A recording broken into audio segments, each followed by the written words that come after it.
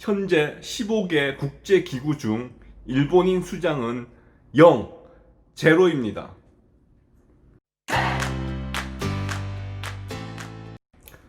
일본 정부가 UN 국제연합 산하 15개 전문기구에 일본인 수장을 늘리기 위한 프로젝트를 본격 가동했습니다. 현재 15개 국제기구 중 일본인 수장은 0, 제로입니다.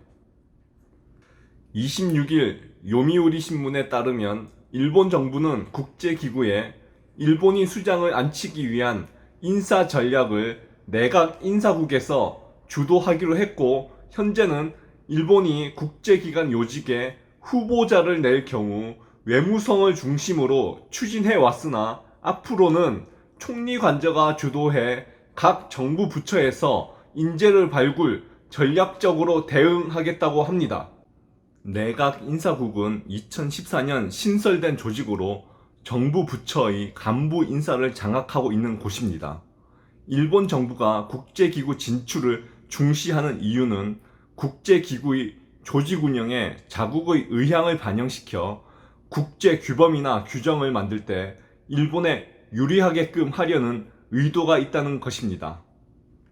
중국 같은 경우 유엔 산하 15개 국제기구 가운데 식량농업기구, 국제민간항공기구, 국제연합공업개발기구, 국제전기통신연합 등 4곳의 최고위직을 차지하고 있습니다.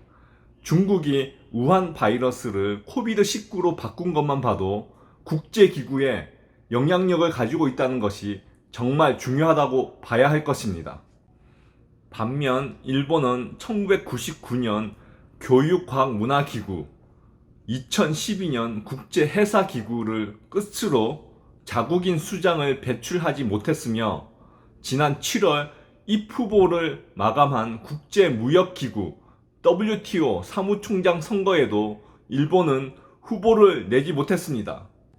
세계무역기구 WTO 사무총장 선거에 출마한 유명희 산업통상자원부 통상교섭본부장이 일본의 지지를 호소했습니다.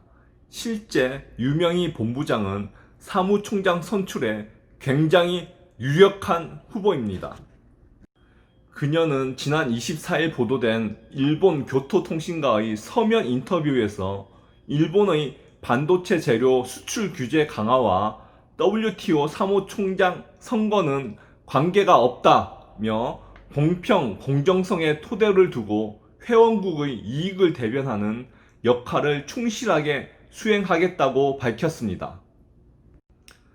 우리나라와 일본의 무역 분쟁에서 공평, 공정을 적용하게 되면 일본은 무조건 패배입니다. 패배는 일본에게 너무나 어울리죠. 패배 일본!